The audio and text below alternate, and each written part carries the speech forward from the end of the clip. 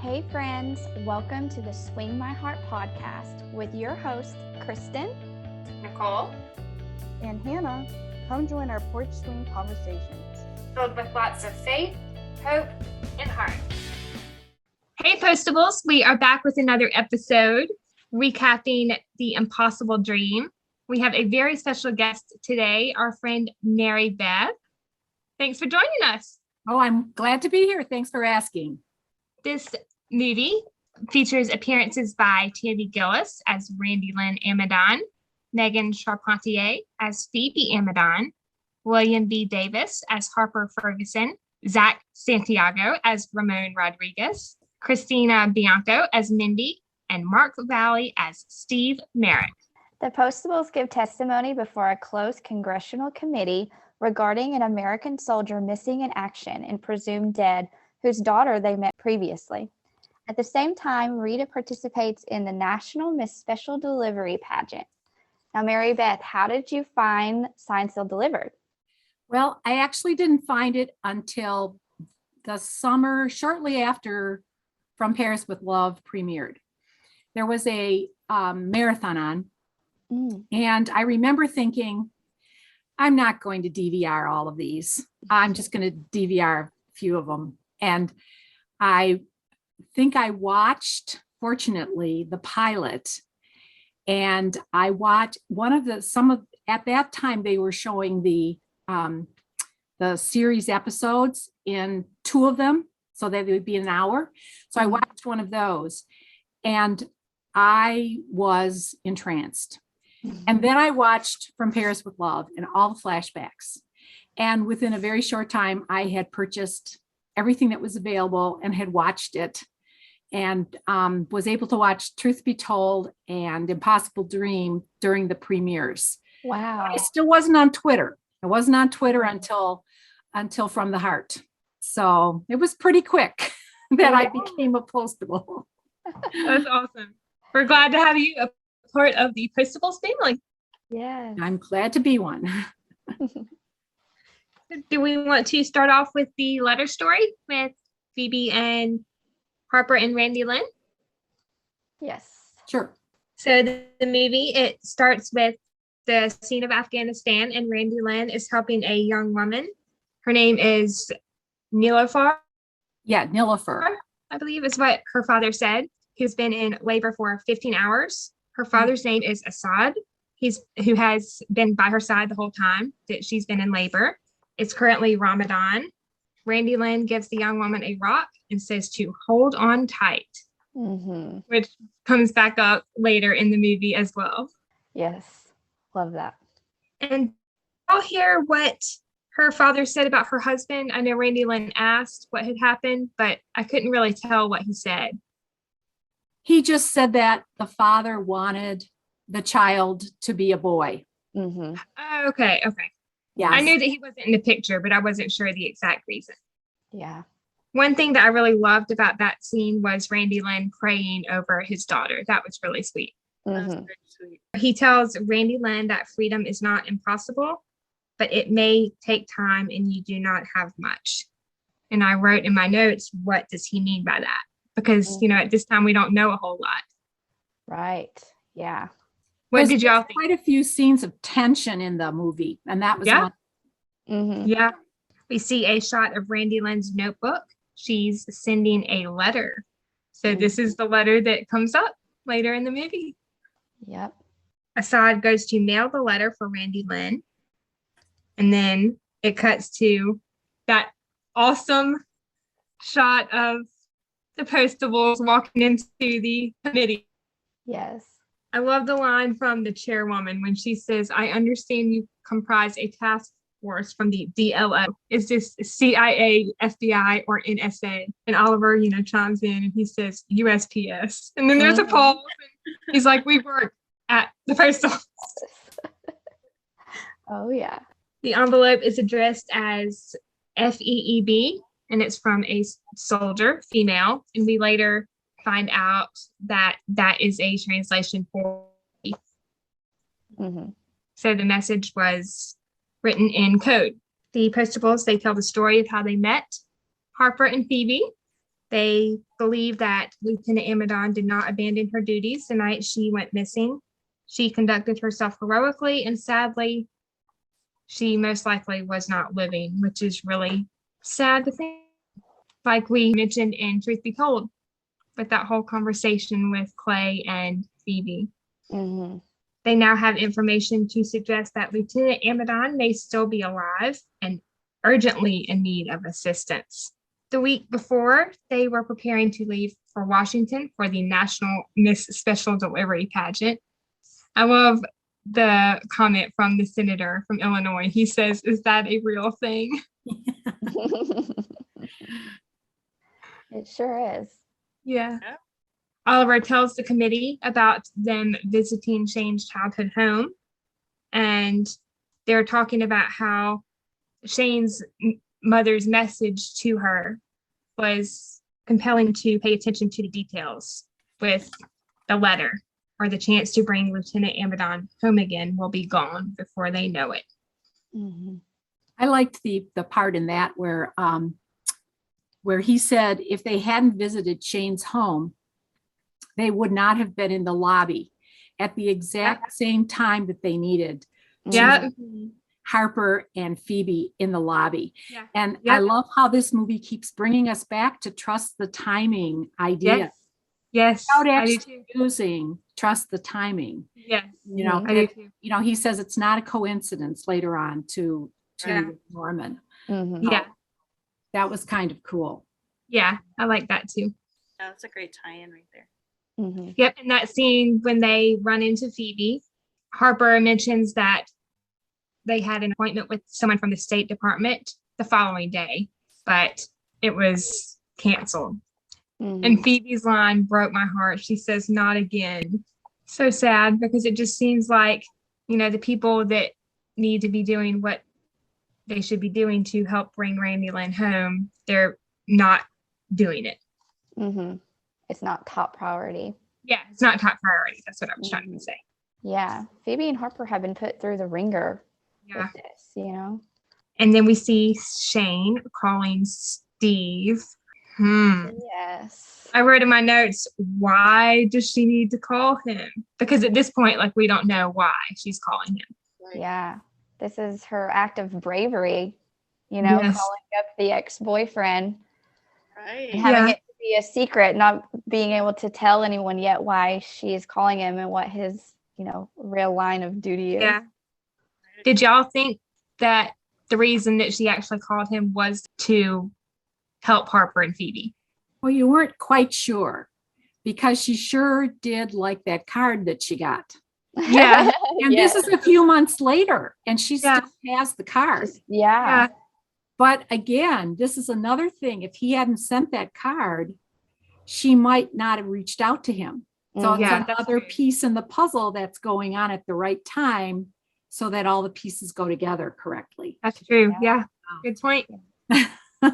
So Great she point. could have been interested in seeing what Steve was up to at this Yeah. point. You don't know. Right. Yeah. And I don't think Oliver's divorced yet in this movie. I don't know. They never really address it. I wonder if, Well, in From the Heart, she says he's newly divorced. yeah, I wonder Well- if that scene with the lawyer, I wonder if part of the paperwork was for the divorce. Probably part of it, but we're not quite sure if he's divorced yet. So Yeah. she could be, thinking, I'll just see what's going on. Yeah. Yeah. The next scene that I really like regarding the letter story in, some way is Oliver and Norman's conversation. They're outside, they're having drinks, I believe, Mm-hmm. at the hotel. And Norman says, "Why did they put tiny umbrellas in drinks? Why not tiny cars or tiny cats?" Oliver asks Norman if something is on his mind. And he says that he's thinking about Phoebe coming all the way to Washington to find out if anyone knows what happened to her mother. And that everything else seems so trivial compared to that. Mm-hmm. This line from Oliver is one of my favorites in the movie and the canon. He says, "The Miss Special Delivery pageant is perhaps not an event of great import to the world at large, but the world is a terribly complicated place, and so much of it can be ugly. That's why what is gentle and beautiful and joyful is worth fighting to preserve, and it's also why we honor those who fight. It's a great line. Love that. Yeah. Steve has agreed to meet with Harper and Phoebe at the Pentagon. Shane and Oliver and Norman took Phoebe to the National Postal Museum, where Rita and the other contestants were making an appearance. We see that scene of Harper telling Oliver that he reminds him of Randy Lynn when she was 2 and could barely talk, but she could walk. One day, Harper turned around and she was gone, and then he heard a huge bang. She had fallen off the bed and was on the floor sobbing. She couldn't tell him because she was crying so hard, so she climbed back on the bed and rolled off again just to show him. She was always going back to the most painful places in her life to make some sense of the pain. And then, the reference to falling off the bed, this comes back up with the letter story later on in the movie. Yeah, this is a very key information. Yeah, I kind of like how they did that in that scene, because when you watch it for the first time, you don't know that that's going to be a key Yeah. to the puzzle. Essentially, it kind of seems like, just like a filler story or whatever. So I love how they use that as like a key piece. And I thought it was just such a really neat way that they did that. Yeah. I love the writing there. It was also a key to Oliver's character because he also he was back in a painful place. Right. Yes. To make sense of the pain that he had suffered. So it was really a crucial scene. Right. Yeah, that's true. Yep. Yeah, I agree with y'all. Norman had to take Harper to the doctor, so Shane and Oliver and Rita kept the meeting with Steve at the Pentagon. So, they have the meeting where they're talking about the letter and if Randy Lynn is still alive. And then I believe it cuts to the committee meeting again. And the line from Rita that makes me laugh, she says, "Am I in trouble?" Sweet, innocent Rita. I know. The chairwoman, she's just like, just tell us the facts. Back to the meeting for just 1 second, or before they meet with Steve. Oliver's eye roll to Shane's comment when Steve is approaching cracks me up. Shane says, "Oh, he's coming." And then she kind of fixes her shirt and Oliver just looks at her like, "Oh, please." Although I do love how, I just noticed this recently, I love how Shane's outfit was coordinating with their itinerary colors. Yeah. They all had their itinerary colors on. Yes. Yeah. It's so great. That's so cool. Yeah. Yeah. And then the belt that Shane had on maybe could resemble Oliver's like chain of his pocket watch, possibly. That's right. Her belt. Her belt, yeah. That's awesome. During that meeting with Steve, he says that he personally believes Lieutenant Amadon was alive and being held somewhere near Pakistan. This was 6 months ago, likely by the insurgents that attacked her team when she disappeared. What seemed like suspicious activity had been overtly sanctioned by the army. Randy Lynn went back for 2 of their own who were cut down in a firefight. The insurgents had withdrawn, but they waited, as they do, for the rescue team to come back for the wounded, and then they ambushed them. Then we see the shot of Randy Lynn falling out of the helicopter. She was wounded and then captured, but not by a central group, which is why they have not been able to locate her. Right. There was a rescue attempt last year, but after that, it appears that she was moved and the drones haven't been able to find her, like I just mentioned. The letter from Randy Lynn arrived 2 weeks ago. The handwriting on the outside is different from the inside. So, they're talking about the code with FEEV and how it's written by a female. The line from Rita when she says, "Kabul has mail," and Oliver says, "You'd be surprised. They have quite an efficient postal system in Afghanistan." It surprised me that she was surprised about that, because Rita normally knows like everything. So I was kind of surprised that she didn't know that. I was like, okay. Yeah. That's a good point. She has to read it first. Right. Yeah. Go, yeah. Read that particular memo. Sure. I also love Oliver's line when he says, mail is still the gold standard of human communication. Mm-hmm. So Rita sees the letter, but she wasn't supposed to. You know, Steve was like, oh, you're not supposed to see that. Too late. Yeah.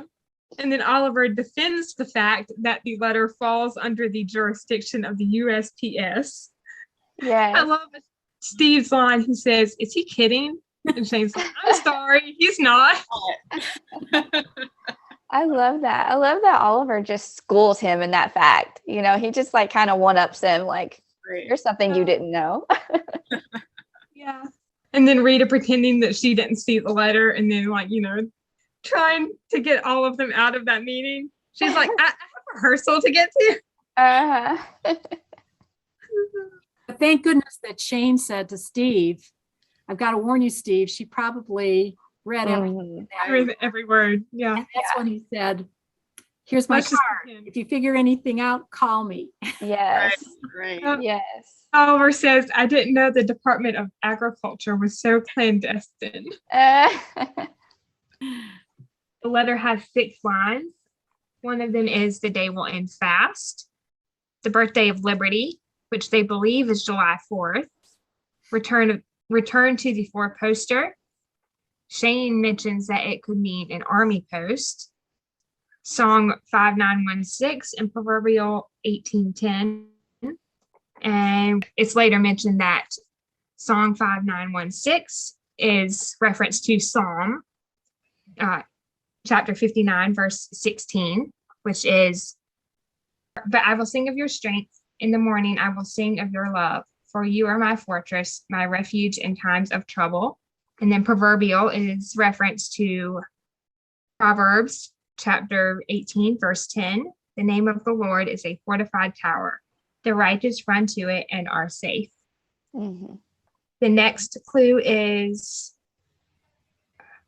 grim feet, which, you know, Rita mentions that was part of a word, but she couldn't see the rest of it because Steve was covering it with his hand. His thumb. Yeah, his thumb. I love that scene of all of them, you know, sitting outside at the picnic table, working together to solve the mystery of the letter. Yes. Randy Lynn wasn't talking about the 4th of July. She was talking about their dog, Liberty. Liberty's birthday is very important and turned out to be the code breaker and the key to saving Randy Lynn's life. Abraham Lincoln stayed at the same hotel after his election before he moved into the White House in 1860. Now, this is important because this is when Oliver puts the pieces together and realizes what the Lincoln bedroom was called before it was the Lincoln bedroom. Mm-hmm. The reference to the 4-poster. The Postables meet with Harper, and, you know, they're talking about all the clues with the letter, you know, the codes. I already mentioned the Bible verses a minute ago, and then the clue about the day will end fast. Harper says fast as in a hurry or fast as in not eating. Good question. Mm-hmm. Yeah. It's always fun to see the wheels turning in their brains as they just kind of bounce ideas off of each other. Yeah. Yeah. After a few more minutes, you know, they put the pieces together, and Shane says, oh, you know, I've got to call Steve. And Harper says, who's Steve? And Norman says, well, he's not with the Department of Agriculture. In Afghanistan and around the world, the holy month of Ramadan is observed with prayer, acts of charity, and fasting. This year, those 30 days of fasting ended with a traditional festival of fast breaking 4 days ago.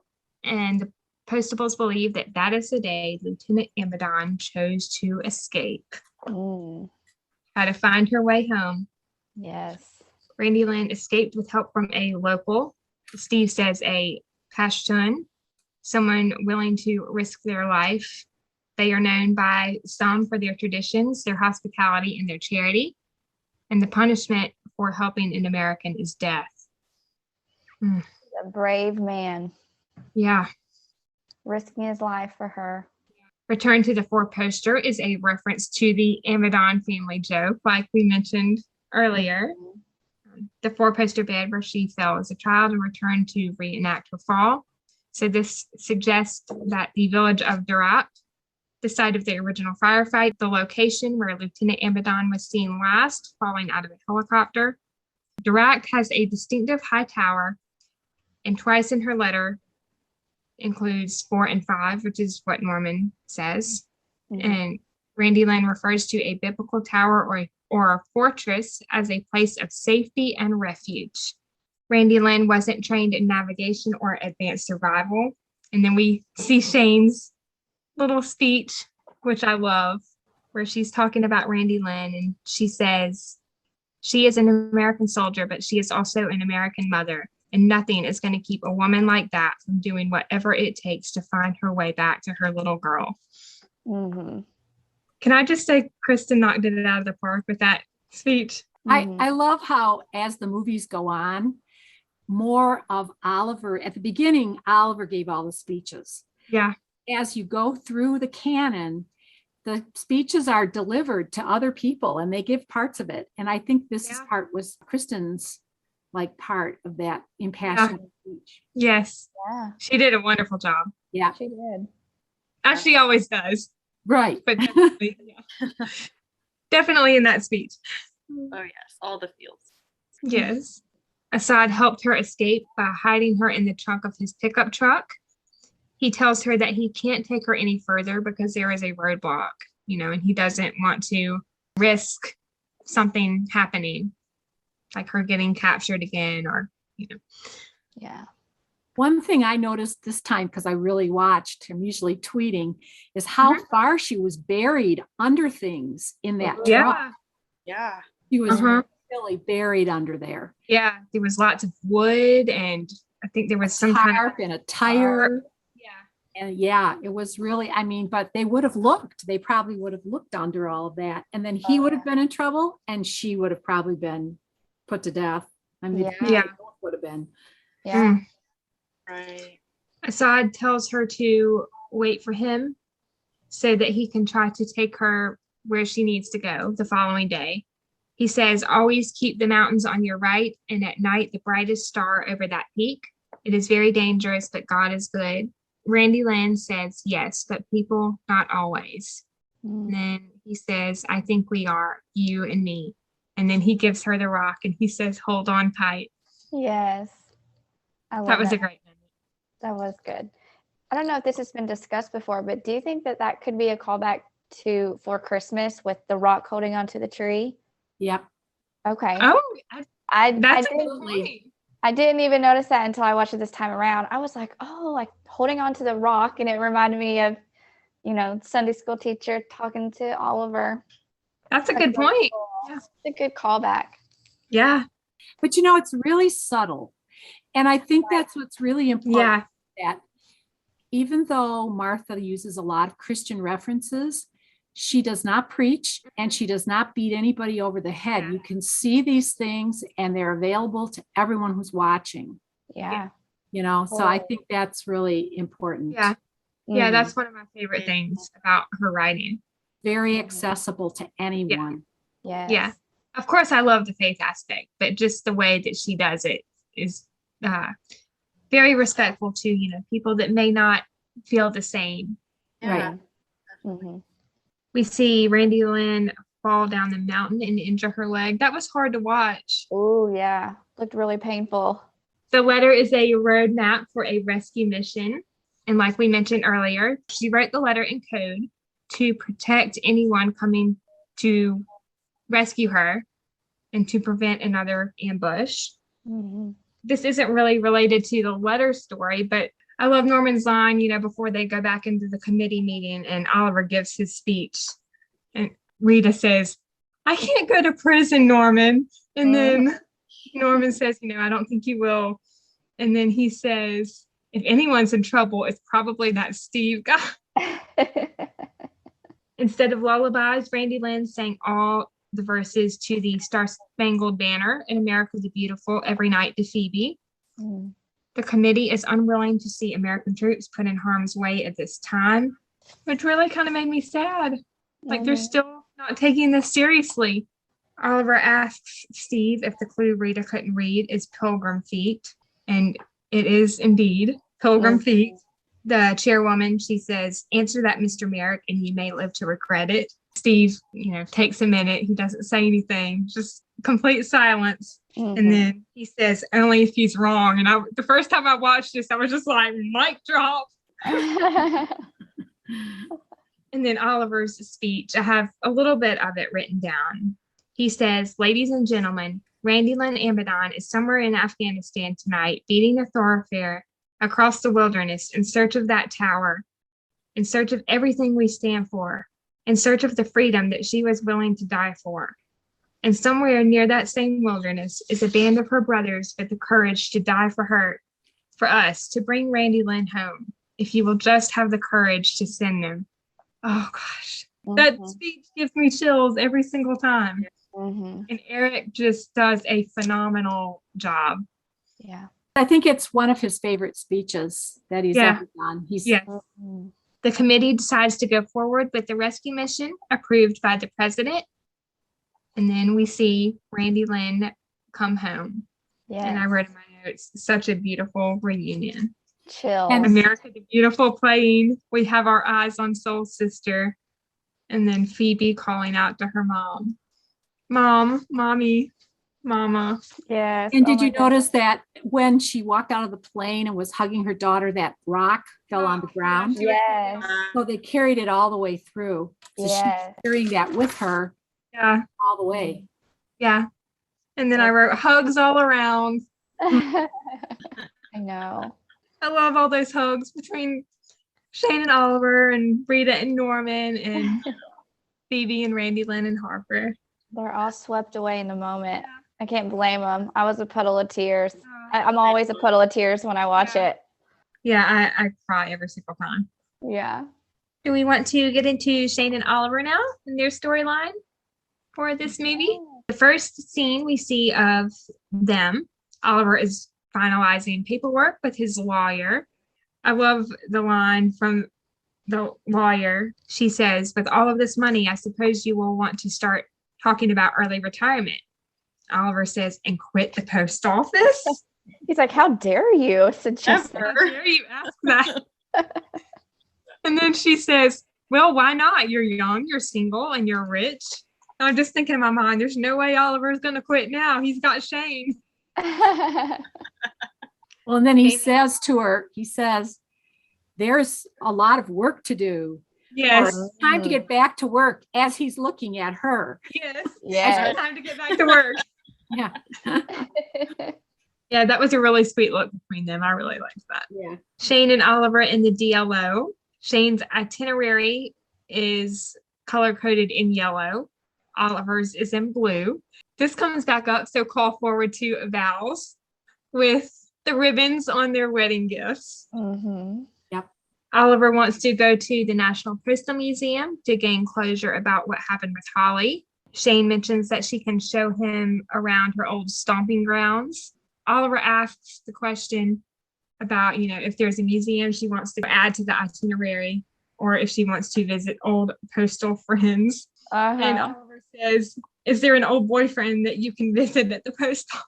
And Shane says, I'm not in the habit of calling up old boyfriends. She's about to eat those words. Yeah. The lines after that, Norman runs in the DLO and he grabs the envelope and his field kit. And Shane is like, Norman, we're going on holiday. All you need is your suitcase. Rita runs in and, she's like, where's my crown? And then they leave and Shane says, I know it's a horrible thought veering off your blue itinerary into my yellow itinerary, but I was wondering if we can make a tiny detour on the way to the hotel. I love it. Oliver's expression. He's like, a detour? What? And then she says, I wanted to drive by the house where I grew up for old time's sake. Please. And then I wrote in my notes, how could Oliver say no to Shane? Oh. They arrive in Washington. They visit her childhood home. I love how he says, is he sure this is the right street? Yeah. There's nothing there. How would she not know? I think she would know. She sees the tree that she used to climb as a kid and the garden with the yellow roses, which she and her mother planted on Mother's Day. Mhm. We hear the story of the yellow rose, which I really love. I wrote it down. Yeah. She says every fall, after all the other blooms had died, her mother would take the last one, put it in a vase, and say, "It's the last rose of summer still holding on." Every fall, even after she went away to college, and every September after that, until her mother moved away, Shane would get an envelope in the mail with the last rose of summer wrapped in wet paper towels in a plastic bag. Did you guys know that that's a real story from Martha Williamson's life? No, Oh, I don't didn't think know that. Oh, wow. That happened to her. Her family was in Denver. She went to school in Massachusetts. And they really did send her the last rose of summer. Oh, that's awesome. Yeah. A little nugget. Wow. That's so Thanks great. for sharing that. I don't think I ever knew that. Yeah. It came out one day when we were tweeting, and somebody, I think Tracy, had put up she always puts up t-shirts with sayings. Yeah. Uh-huh. Put up that all I want for whatever it was, Christmas or Valentine's Day or whatever, is a rose and a wet paper towel in a plastic bag. And Martha told Chandel, she said, that really happened to me. She said, my mom, and so it came out on Twitter one night, Oh, that's I amazing. love that story. quite a few years ago. Yeah. Yeah. Her mother was sending her a message, which is pay attention to the simple little things right in front of you, or they could be gone before you know it. It's so sad. Yeah. I wrote in my notes, I love how Oliver was listening to everything Shane was saying. He was paying attention. He sure was. You could tell that he can see how badly affected she is by this. Yeah. Shane and Oliver's conversation while Rita is registering for the pageant. Now, this is when he asks her to dinner. You're asking me out for dinner. Oliver says, yes. And then she quickly says, yes. Uh-huh. It doesn't click at first, but once it does, she's like, oh, yeah, yeah, yeah. Oliver's like, I'll put it in the schedule. And Shane's like, do that in yellow. Yes. And Oh. Oliver's like, of course. Yes. I love how quickly she said yes to the dinner. Yeah. She was sending him a message. Yeah. This is a favorite for, I know, a lot of the Postables. Oliver seeing Shane in the orange dress. Yes. She's And then, of stunning. course, the ambush by Oh. Steve. But yeah, she did. Yeah, she looked she did. amazing as she always does. Mm-hmm. Steve swoops in. Yes. He says, hello, beautiful. And I'm like, oh. Could you not have just waited a few more moments to let Shane and Oliver have their moment? Yeah. Oliver trying to decide if he should sit down or keep standing. You know, when Steve is there, he's like, trying to decide if he should button his coat or not. Uh-huh. In the process, like, That was funny. up and down. Uh-huh. I also wrote in my notes, Steve staked out her hotel. Oof. He knew where she was, though. He knew where she was. Yeah. That's true. Yeah, I remember. That's right. She said, I She said expected that. you to call me. Yeah. Yeah. Yeah, that's right. She mentioned when she called him that they were at the Franklin Adams. So Right. forgot about that for just 1 second. Oliver's question to Steve, he says, what is it you do for the post office? Mm-hmm. And then Shane, a few seconds after that, she says, Steve and I have some catching up to do. And Oliver says, I can see that. And then, they plan to meet for a nightcap after after meeting with Steve. And then Oliver says, Norman, shall we dine? And Norman says, yes, dining. I'm starving. Steve asks her why she left DC, and she said to get away from him. Steve always knows where he stands with Shane, but she never knew where she stood with him and realized that's bad for relationships, but it's what makes him so good at his job. Mm-hmm. Steve says, betrayed by my own excellence. And then Shane says, and your humility. And I wrote in my notes, right? With 3 question marks. Ugh. Oliver walks in just as Steve takes Shane's hand. Such bad timing. I Like, know. awkward. Yeah. At least Steve lights a fire under him, though. Yeah. Yes, that's True. true. Yeah. Yeah. Oliver's like, am I early? And then, Steve asks if he enjoyed dinner. He says yes. And Steve leaves and he looks at Shane. He's like, tomorrow? And then Shane's like, Oliver, like, there's nothing going on. There's no need to worry. Did you notice how Oliver pushed his glass away, his cocktail Yes. glass just away? Yes. I love that. I wrote that down because I don't think I'd ever really noticed that before. I was like, oh, that's such a great little thing to do. Just Yeah. That's one thing they do is they always have those little details in that finish off the scene and finish off the characterization. Yeah. That's so good. Oliver thinks that Shane won't be joining the tour the following morning and that he'll need to adjust his itinerary to reflect that. But she promises that she's still coming. The afternoon plans just need to be adjusted. And I wrote, I'm sensing a lot of jealousy coming from him. Yeah. I feel like he really wants to truly believe that there's nothing on Shane's part with her and Steve. Yeah. Yeah. I think he really wants to believe her. Yeah. Steve is not with the post office. He is an intelligence agent. I love Oliver's line. He says, you dated a spy? And, he says, you've lied to me. And then Shane says, I didn't lie to you. I'd like to think you were on a need to know basis. And now you need to know. And what else do I need to know? And then, Shane tells him that Steve has agreed to meet with Harper and Phoebe, like we've already talked about. This next line from Oliver cracks me up every single time. He says, it seems he'd agree to anything if it meant reigniting the flames of whatever with you. And then Shane says, first of all, Oliver, my flames are none of your business. I can't remember which one of the Postables tweeted it. Maybe you'll remember, Marybeth. It was a comment about how Shane's line, my flames are none of your business, is a call.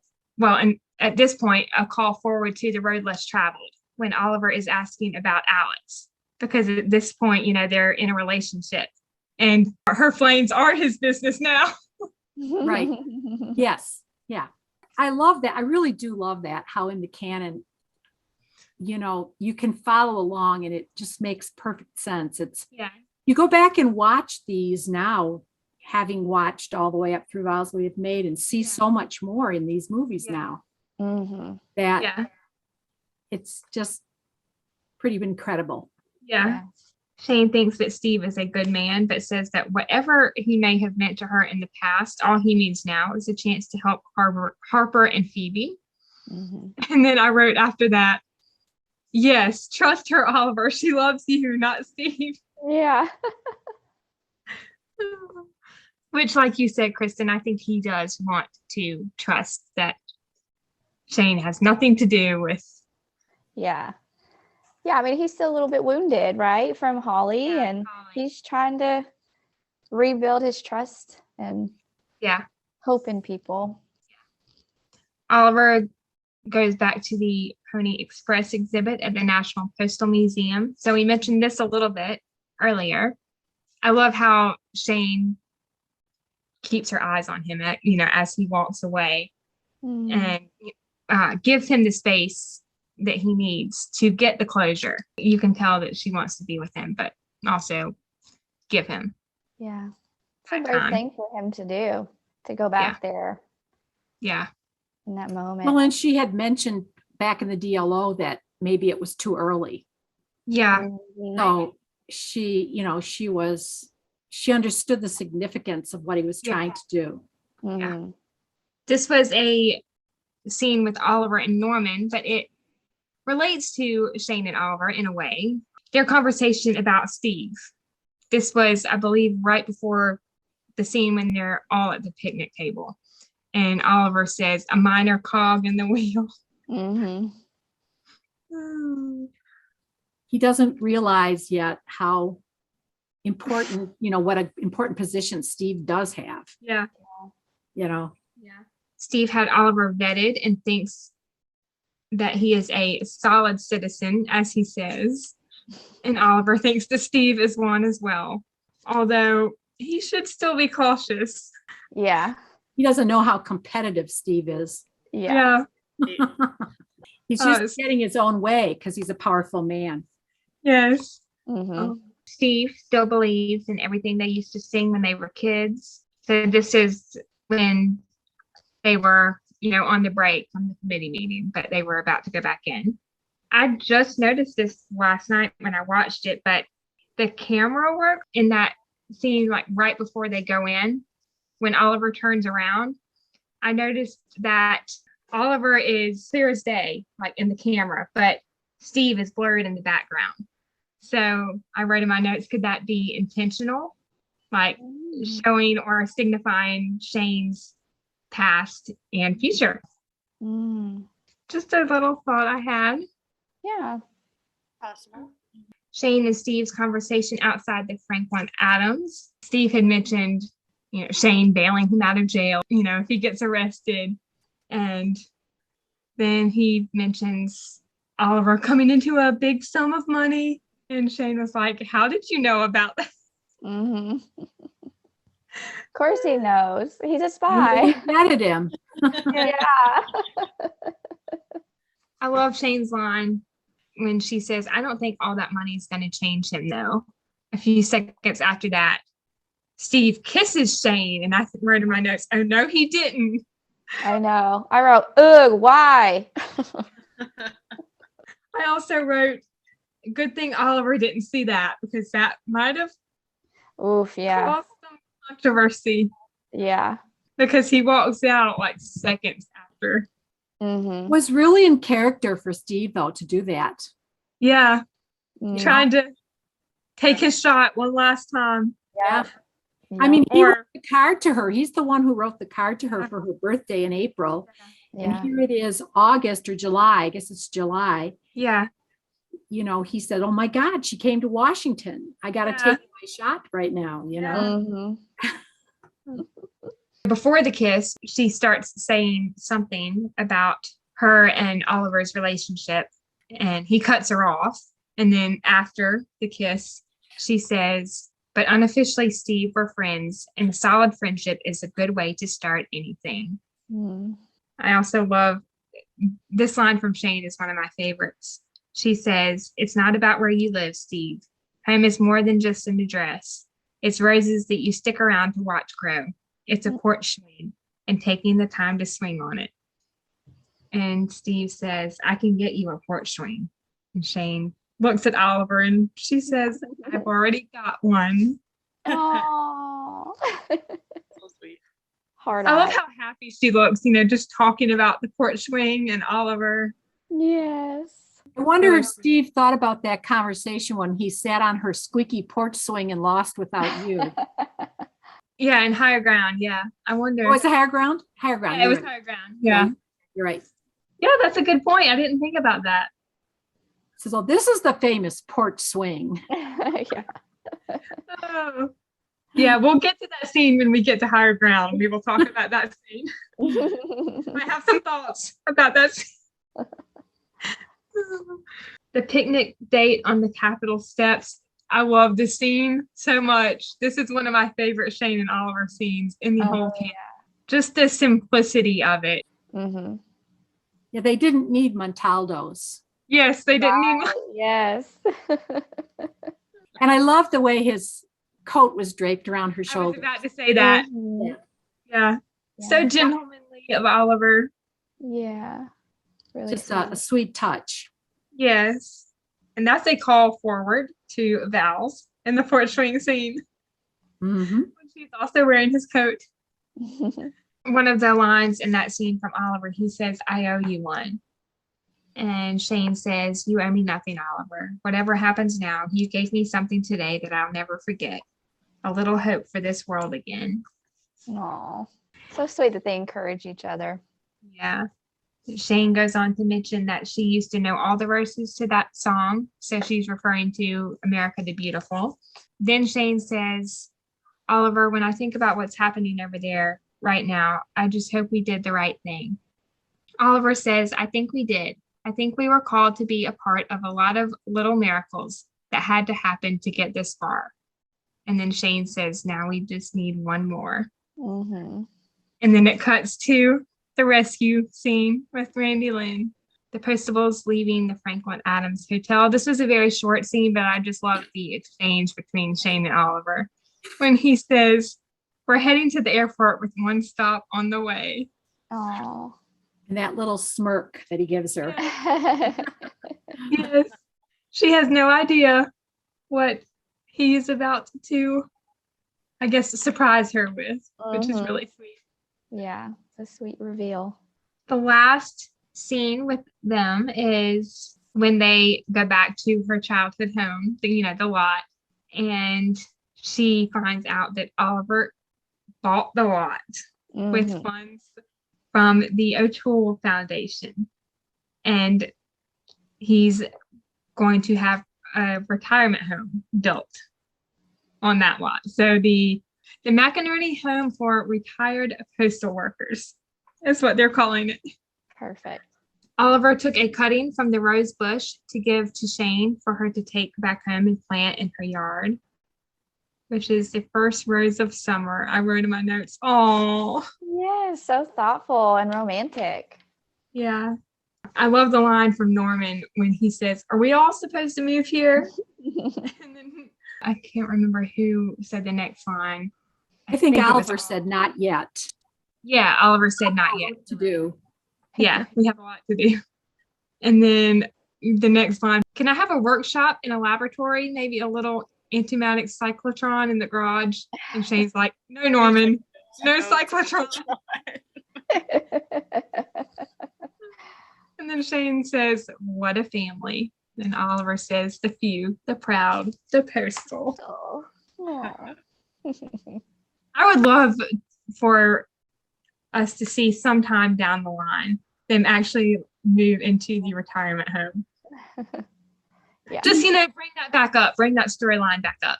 Did you hear Chandel's interview with Martha? And Martha said that one of the stories, one of the versions of the vows she had made, I mean, it wouldn't have been that name, but one of the versions was going to be that Charlie was the caretaker of that home. Oh, wow. Yes, I did. Yeah, And- I remember. Yeah. And so they have entertained going back to it, but I guess in the ensuing, the time that ensued, Martha said, "I better get Shane and Oliver married, and because I don't know if we're going to have another movie." So Right. she's really attuned to that. Yeah. They could definitely go back to that. Yeah. Yeah. I think we'll get more. I'm optimistic. I think there's a lot of good signs. Yeah, there But- is. Yeah. We It just have seems- to keep working. Trust Yeah, the it timing. seems that they're trying to bring new stuff on Hallmark. All their announcements are new stars, new stories. I think they're trying to establish to the people who doubted them that they can come up with good things. Mm-hmm. So I think we're still in their mind, but we're saving us for the second half of the year. Yeah, I'm optimistic. I guess they're just, trying to figure everything out, which is understandable. Yeah. Do we want to go into Rita and Norman? Sure. The first scene with Rita and Norman is when they're talking to Ramon at the Mailbox Grill about the pageant. Ramon is interviewing her. The theme of the pageant is delivering inspiration. For Rita's talent, she is doing a dramatic reading of her unpublished historical romance novel, Renita Hayweather, Frontier Duchess. And then Ramon says, "Dramatic novelist, amazing, brilliant. No one can compete with that. We'll all be crossing our fingers for you this Saturday." And then Norman's facial expression when Ramon kisses Rita's hand. Yes. Just his like all of his facial expressions when Ramon is talking to Rita. Norman chimes in, after Ramon and Rita finish talking, and he says, "Time for us to go on our trip to Washington, D.C. together." Rita's like, "Oh yeah, okay." Ramon says, "As always, Miss Rita, a pleasure." Rita agrees with him. And then Ramon says, "It must be very hard to say goodbye." And Norman says, "Oh, not really." Then Ramon says, "No, not me, my friend. Goodbye to Miss Rita. She will win, of course. And then she's off traveling the world on her triumphant goodwill tour. Just imagine all the places she will go, all the people she will meet." Norman ordering Rita's coffee just the way she likes it at the mailbox grill. That was really sweet of him. He's trying to pick up a better broom. Yes, he's trying to pick up a better broom. Sweep away the competition. Yeah. Yes. Rita meeting a fellow contestant, Mindy, from Big Piney, Wyoming. I loved this scene, when they first meet and they're talking, trying to get to know each other a little bit. And Mindy is panicking about, her rehearsal schedule and when she should get her nails done. And I think another thing she mentioned was a dress fitting, I believe. She says, "This is worse than the stampede on Sunday." Mindy is singing for her talent in the pageant. Rita gives Mindy her rehearsal spot, which I thought was really nice. Yeah, really sweet. Yeah. I loved Rita's line to Norman. I believe this is right before she went to get yogurt with some of her other fellow contestants. Mm-hmm. And she says, "There's more to life than winning." Yeah. I think he was trying to give her the gift that he had gotten her. But something, came up in the conversation and he didn't get to it. Yeah. He's trying to be brave. He's trying to put himself out there and tell her how he feels. Yeah. Rita spending time with some of her fellow contestants, singing, and then Norman showing up. I love that whole scene, when she opens the door and she says, "It's Norman." Yeah. They all come. Yeah. Those girls are so giddy and friendly. Yeah. I have the next line written down from Mindy, and I don't know all the other contestants' names except for Peggy Rose. They say, "Hi, Norman." And then one of them says, "He's cute." Thank you. Oh, it's so great that Rita was able to find a group of girls like this that she could connect with. Yeah. Then Rita, tells Norman that her parents were flower children and she was born under the Pepsi Challenge tent in Sedona. Now, is this the first time that we heard this? I don't think this was mentioned before. I don't know. This might be new information. There's a little pause when, no one says anything. And Rita starts walking a little bit closer to Norman and she says, "Was there something you needed?" And Norman says, "No. See you tomorrow." Oh. And, he walks away and Rita says, "Okay, sleep tight." And then Mindy and the other contestants, "Bye, Norman." And then you hear one of them in the background saying, "He looks like a teddy bear." I know. Oh, that's so cute. Norman going to rehearsal with Rita. Rita's dancing in this scene always cracks. So great. It's so great. Norman's line, "Everybody's out of step but you." Okay. Yeah. So supportive. I love it. Totally. And bringing them all water. Right? Yes, Yeah. that was really sweet. Yeah. That's a sweet little touch right there. I love it. Yeah. Then he starts talking about her book and, a particular scene in the book or, a particular paragraph or chapter. And Mindy says, "Wow, I want to read that book." Mm, I think all the Postables would like to read that book. for sure. One of the lines in that scene that makes me laugh is from one of the contestants. She says, "Fifth my dogs are barking so bad, I can't get back to first. After that, Rita comes to the realization that Liberty is not the 4th of July. It's The dog. the dog. And when they were back in the picnic bench, Rita said, I have to go practice my tap dancing, but I promise while I'm tapping, I'll be thinking. Yeah. The moment where she's thinking and it comes to life. Yeah. That's I love great. that. Yeah. Norman's conversation with Oliver about Rita and the gift he has for her. He's afraid that Rita will forget about him, and Shane and Oliver too, if she wins Miss Special Delivery. You know, she'll be meeting all these new people and traveling the world, which I thought it kind of made me sad for Norman. Well, Norman's always been like that, though, because think of From Paris with Love. He's the one who said to Shane, what about the Postables? I mean, this is the family that he's ever really had, because they haven't explored his forever family. Yeah, that's true. Loss is a big deal for him. Yeah. That's true. Yeah, I agree. The Miss Special Delivery pageant, I have a lot of notes for this. Rita being supportive of Mindy and their friendship, just, you know, all of their scenes together. Those were all really nice. Norman giving her the magazine that she's on the cover of with the published excerpt of her book. His line, she says, what have you done? I know. I felt so bad for him in that moment. I did too. I did too. He's been waiting like all day to do this, and then it just goes over badly. Yeah. Poor guy.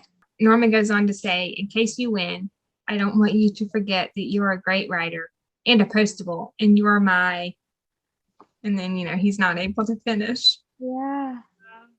Rita talking about her book and realizing that Norman is in love with her. I love that line so much. So sweet. She says he's in love with her. And then, you know, we see the shot of Norman like quickly shaking his head up and down. And then she turns back and, you know, speaks into the mic and she says, that's so cool. And Shane and Oliver in the audience. Right. Yeah. I love Reacting to that and thinking how cool, because they've been watching them all along. Yeah. I love that shot of them as well. That was really sweet. Crystal Over. She looked so beautiful in those scenes. She did. Yeah. Yeah. Really, She did. lovely. Mindy singing The Impossible Dream and Rita playing the guitar as backup along with the montage. This is when the tears really start for me. Yeah. Yeah. Every time, just seeing the shots of Randy Lynn, you know, walking through the wilderness, trying to find her way. I thought this film was particularly well edited. Yes. A lot of complex stories they had to weave together, and they did them so well. They did. They did. Mindy won Miss Special Delivery and Rita won Miss Special Handling, which Norman mentioned earlier on in the movie is basically Miss Congeniality, but Postal. Yeah. Which fits Rita her. She's definitely a congenial person. Yes. That was perfect for Rita to win Miss Special Handling. It goes along with what Mindy told Rita. She says, you really are special, Rita. And that I wouldn't have won this contest if it weren't for you. Without her. Rita and Norman's conversation and the kiss after the pageant. That was really cute when they kept bumping noses. And she says, we'll get it. Yes. They'll get it. I think that wraps up our segment on Rita and Norman. Do we want to talk about some of the lessons that we learned from this movie? Sure. I like the one from Randy Lynn. The one about how a girl, where did God? Yep, I A have it girl written can down. accomplish great things if she's free to do them. It's a good Yes. one. I have that one written down as well. That was a great one. Yeah. And Rita Martha Ryan. she really champions women throughout the series. And perfect for that line, speaking to a dad who's brought his daughter to have a child, and the dad's not around because let's make sure she has a boy. You know? Yeah. Another one I have written down is the line from Oliver when he's talking to Norman outside the hotel. And he says the world is a terribly complicated place and so much of it can be ugly.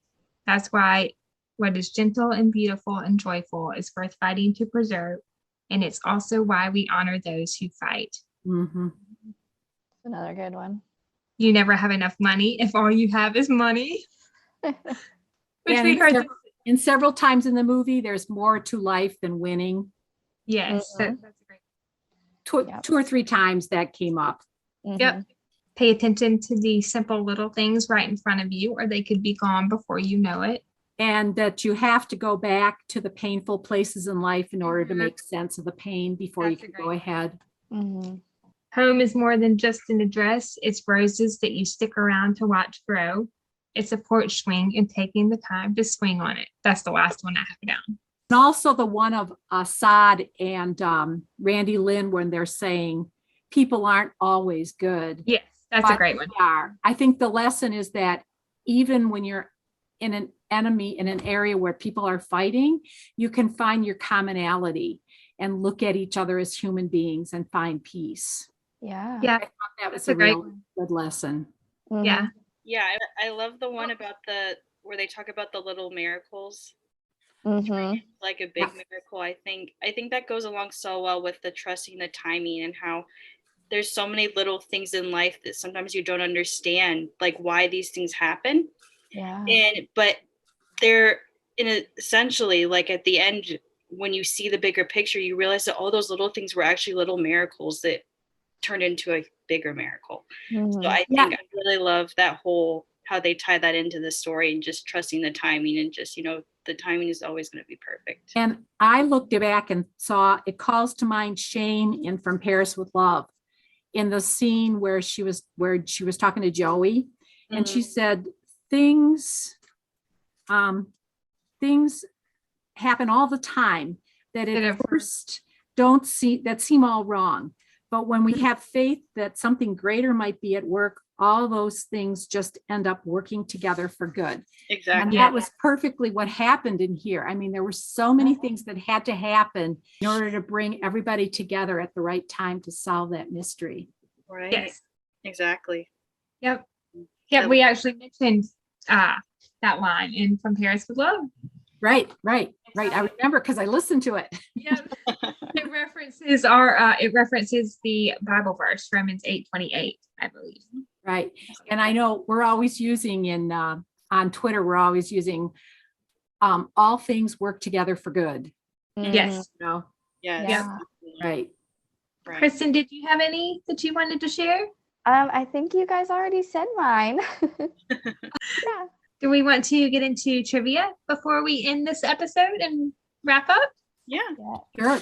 Which one of y'all want to go first? Or do y'all want me to go first? Kristen, why don't you go first? Okay, I just have two. First one is, which tiny item is not a suggestion Norman makes about putting in drinks? Is it cars, planes, or cats? Planes. Planes. He does not suggest planes. Tiny planes. Yeah. Maybe tiny envelopes. That'd be a good one. Yeah. Tiny stamps. And the second one is, what room number is Harper and Phoebe staying in? Is it 201, 1201, or 211? 201 is my guess. 201. Yeah. Okay, and it's actually 1201. Oh, wow. Okay. Got a room with a view. Right. Yeah. I guess I can go next. I only have one as well because I didn't have time to think of any. But what was the color of the envelope to the card that Steve gave Shane? Was it green, yellow, blue, or red? Green. Green. Green. It was green. Yay. My first question is, besides the National Postal Museum, what is one of the landmarks Oliver mentioned he would go to with Shane and Norman? A, the Washington Monument. B, the World War II Memorial. C, the Library of Congress. Or D, the Smithsonian Institution. Library of Congress is my guess. I might be wrong. Ding, ding, ding, ding, ding. Was I right? Oh, cool. Yeah. I figured he likes libraries. Right. What is the number of the lot where Shane's childhood home used to be? Lot 2, Lot 4, Lot 10, or Lot 6? Oh man, I'm gonna guess 6. Eh, 2? eh. 4? Ding, ding, ding, ding. That's a total guess. I'm Yeah. gonna have to go look at that again. Yeah, it's a good one. Thanks. It's very brief. Like they show a shot of the sign, I guess for the real estate agent when they pull up to the house the first time. My last question is, what is the population of Big Piney, Wyoming? 345, 430, 782, or 576? Is it 576? Ding, ding, ding, ding. Okay. Good job. You have Your another turn. one? Nope, that's it. You can go. It's your turn. Okay. All right. Now mine, I don't know if I can make these multiple choice because I didn't know they had to be multiple choice. That's completely okay. What is Rita's itinerary color? Pink. Pink. Yeah. I didn't think you needed it for that one. What were the 3 organizations that the chairwoman thought that the DLO was part of? There were 3 of them. NSA. Yep. CIA Yep. and FBI. Yep. That's right. Good. See, you didn't even need them. Good for you. I think we said this already, but what is the Miss Special Delivery Pageant's theme? Delivering inspiration. That's it. That's it. And what coffee drink does Norman order, especially for Rita, from the Mailbox Grill? I've got some choices here. Skinny vanilla latte, mocha cappuccino, or skinny caramel steamer. Skinny caramel steamer. That's the one. Ding, ding, ding. Woo! And we talked about this one too. Where was Rita born? Under the tent of the Pepsi challenge. Yep. Right, in yeah, Sedona. under the Pepsi challenge tent. Yeah, Sedona, right. No. Those were mine. those are so good. Yeah, those were great. Well, Those are thank you, good. Marybeth, for joining us. This was a lot of fun. It was a lot of fun. Yes. Good movie. Yes. Always great to watch a movie in the SSD canon or multiple. For Well, sure. thank you, Postables, for listening. We hope you enjoyed our recap of The Impossible Dream. We will be back next week to recap From the Heart. And we will see you next time. We love y'all. Bye. Bye. Bye.